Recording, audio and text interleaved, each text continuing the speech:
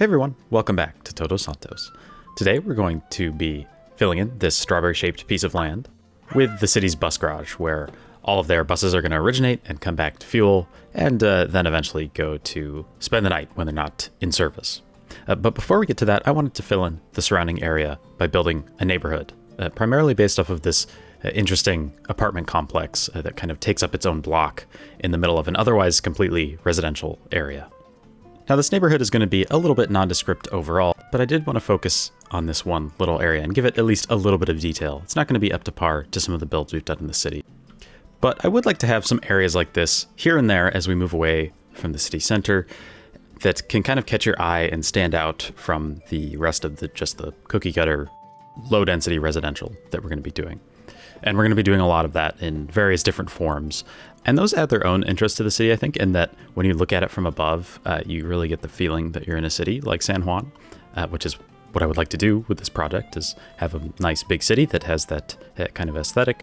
But then I also want, like I said, to have some areas like this, where there's a bit more detail and just a bit more character. And I thought the building I'm using for reference fit the bill in this case, because it has just an interesting shape where it almost looks like it's three buildings clipped together, which is basically what I did to achieve the effect here. And that gives it a bit more surface area to have all these windows and balconies with a view of, whatever they're looking at. In this case, I guess they'd be looking at the metro yard, which honestly sounds great. Then there's also a little attached bodega and a gas station, just again, based off the real life inspiration.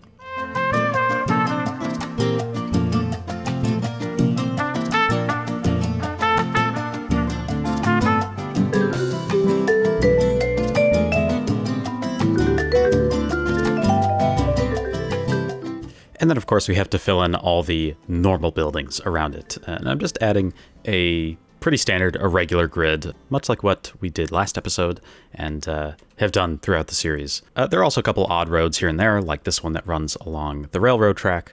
I'm imagining that all the neighborhoods like this that we're going to be building in the city from now on are fairly recent, so it's not so much a older road network that has been disrupted by, rail and freeway and all that, but it's been added in here to fit into this pre-existing infrastructure as they have big booms of residential development, as various things happen in the city's history. Maybe there's a big port expansion and there are a bunch of jobs added, so they need to develop a bunch of houses, and they'll add in different subdivisions like this.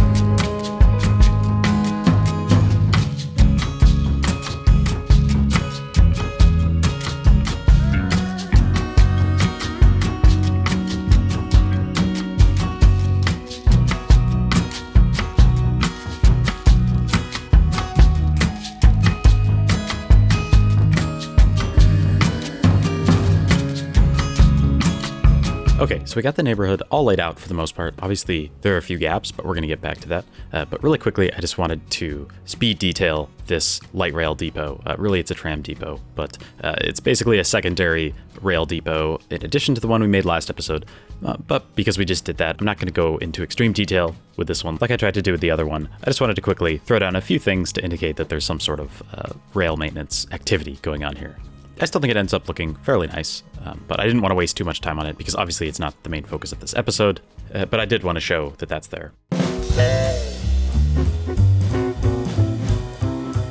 Now these open patches here, I wanted to add some commercial buildings because I noticed that in San Juan, a lot of the main roads like this that are a bit smaller have wall-to-wall commercial. Sometimes they have setback parking, sometimes they don't.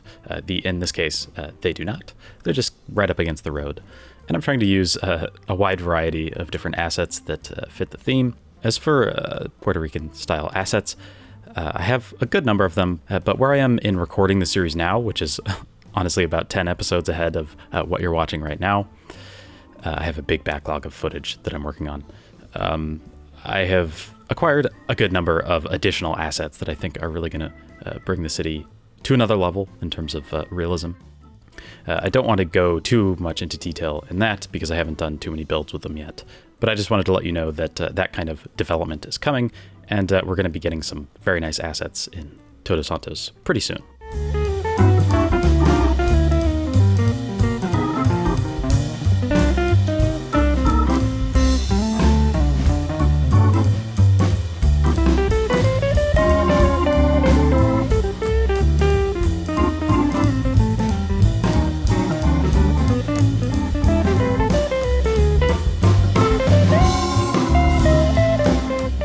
This is also my first time using this public parking asset, which I really like.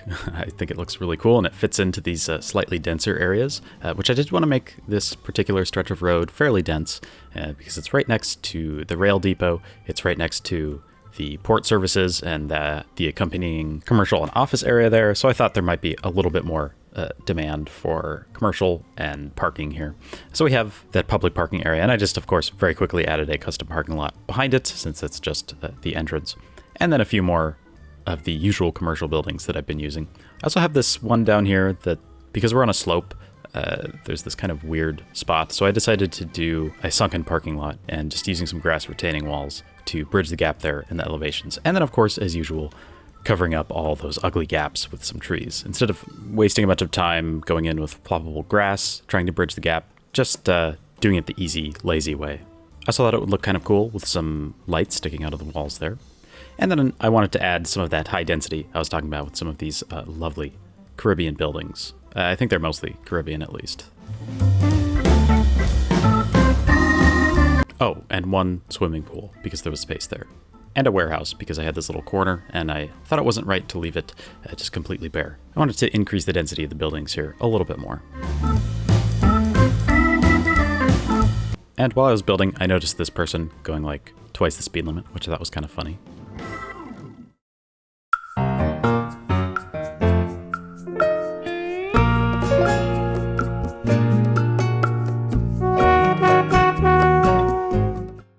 If you watched the last episode where we made the city's main metro yard, this area probably looks pretty familiar. And that's because it's the exact same spot. Basically, next door to the metro yard is the bus garage where they store all their buses. And I'm going to be using the San Juan bus garage for inspiration in making ours for Todos Santos. I'm using the Ride bus garage set of assets to do this. I'll put a link in the description if you're interested. There's a whole series of not just bus garages, but also vehicles and various other public transport options. If you're interested in having a consistent set of assets for your public transportation needs in your city, you might want to go check that out. But go look in the description. There'll be a link to something down there, so you can take a look at those if you're interested. Anyway, I thought the depot assets had the right modern and pleasant look that I was going for this kind of thing, without standing out too much, because I didn't want this to be like super gaudy or anything. The best part about it, though, is that it actually functions as a bus depot. And much like we did with the rail yard, I wanted to have this be functional, at least at a certain level. So we're going to have buses coming and going from this area. And I will eventually come back and change all the pre-existing bus lines in the city to originate from this building. I mean, it doesn't mean that much, because in-game, once the buses start their service, they don't really ever stop like they do in real life. They don't need to refuel or be repainted or washed or maintained or anything like that. But we're going to build some dummy lines so we can at least get some activity going in and out. And when we do make new bus lines, we'll actually be able to watch the buses come out of the depot, which is pretty satisfying, I have to say. Now for the other parts of this bus depot, we have this roofed area, which is just where they would maybe store some of the buses that are about to be sent out for their routes. There's also a refueling station and just some general supplies stored there. This would probably be the most active thing on a day-to-day basis, because you're going to need to constantly, refuel and stage buses for their routes. So that's why they have that area covered, as opposed to all the other possible places they could put that roof. We also have a little bus wash and an associated shed where they would store all the, chemicals and stuff they'd need. I really like this little asset, and we're going to set it up so that the buses actually drive through there and stop. So after every single shift, they're going to come back and get nice and tidied up. And lastly, there's the actual long-term storage for all these buses. They're going to have a ton of these, just, they send more out at rush hour, or sometimes a bus will break down and they'll need to send out a new one. So they have all those stored here. And there are also a couple different support vehicles, including a little golf cart. Now we're making that dummy line I talked about. So I wanted these buses that run on this line to stop at every single point that I've talked about so far, and then a few additional ones as well. So they stop at the entrance, they stop at the bus wash, they stop in the actual garage building itself, and they also stop at the fueling station. And it took a little messing around with Move It and, breaking up the various segments into smaller segments so I could get the bus stops in the right spots, but eventually I got it and was able to have these buses stop through at every single point. I don't always worry about this kind of functional thing, especially in such a big city where, I need to focus on expansion a lot to make progress. But I think occasionally doing something like this just makes it a little bit more fun and makes me a little bit more invested in the city because I kind of get to actually see it working, which isn't always the case if you're just doing builds for aesthetics, which I definitely do a lot of the time. But like I said, sometimes I think it's fun to spend your time making things functional when you can. And now that I've said that, we're going to go into doing all the useless aesthetic details.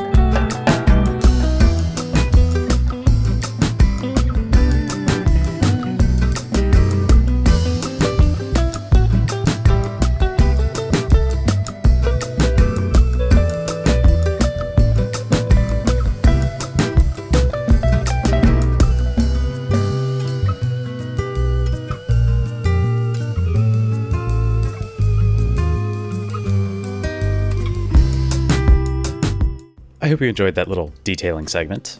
I tried to make the front part of the bus garage a little more inviting and well landscaped, and then the back part's just a little bit more practical and functional. They don't worry too much about landscaping or trees or that kind of stuff. I kind of arbitrarily turned this into a one-way system for the buses, which kind of makes sense. You'd want them to be able to come in and out as efficiently as possible. So I turned it into a one-way system and just indicated that with arrows. And it might look kind of weird because it's obviously a 2-lane road that runs through the whole thing. But we're going to come in and cover up this entire area with pavement, of course, just like we did with the port a few episodes ago. I also went through off camera with Traffic Manager and made sure that the buses couldn't take any wrong turns and, mess up the one-way system. So it's all going to line up and work well. But first I wanted to show the kind of wear and tear the buses have had on the road system by putting down some of these wear decals, of course some stain decals as well. And then we're going to come through with these concrete brushes and surface painter and just do the usual pavement pass, which I think is always very satisfying to do.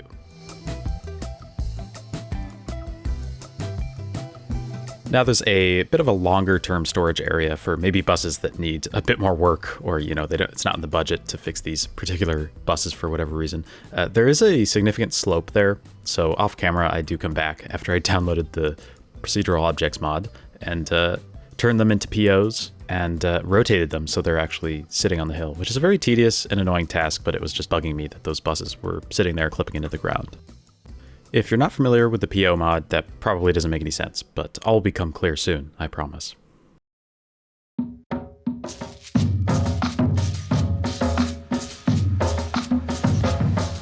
Continuing to the next slot over, I wanted to build, well, at first I thought it was just kind of a generic office building that was in this area, but now I'm thinking it could be potentially like an office associated with the Transportation Authority of Todos Santos, whatever that's called. I don't actually have a name for it, but I think that could be kind of cool. Like we have this whole big area with the metro yard and the bus garage, and then this office building as well, just dedicated to transportation management. So maybe that's what I'm thinking it is now. But anyway, it's basically just a generic office building. It gets the usual treatment of some planter areas here, a generic parking lot that kind of matches the one we built for the bus garage, and some plants, including trees, of course. And these pampas grasses, which I don't use enough in this city. I think they're just really nice, especially in decorative areas like this. I don't know if they're found naturally in Puerto Rico or the Caribbean at all, but I think they are used as decorative grasses, so we're just going to imagine that they've been imported for landscaping use. And then, of course, fill in some of the gaps with some dense foliage, just because we can.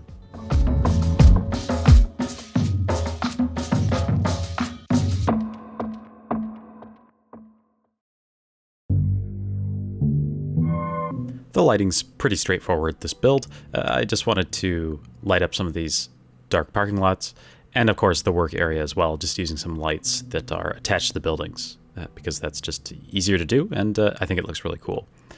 Of course, they would need to work here at night. The buses don't just stop as soon as the sun sets, so they'll need to light it up so the buses don't crash into all this random crap that's scattered around the working area. I'm just lighting up the roadway with these zoo lights because I think they're nice and dim and subtle, while still working to light up the road. And then the very central part of the work area is lit up with these big parking lot lights. Now, I was motivated to make a neighborhood, so I went across the other side of the metro yard that we made last episode and built this cool little neighborhood. I really like the road network here, especially the curved roads here and the way it fits along the hill as well. There was also a nearby metro station that I'd laid down quite a while ago, so I just wanted to throw down a few basic details with a little pedestrian path to access it, and then fill in this remaining gap with just some more houses. I like the way these Mexican houses look. There are some details that are a little bit different than what you'd see in Puerto Rico, from what I can tell, but from a distance, I think they really have a nice, dense, clustered look that resembles what you'd see in San Juan. So I've been using a mixture of both these and some more authentic, accurate Caribbean houses as well in various parts of the city. Thank you so much for watching this episode of Todos Santos. As always, I really appreciate your time, and I hope that you enjoyed it. I can't wait to see you on the next one. Bye-bye.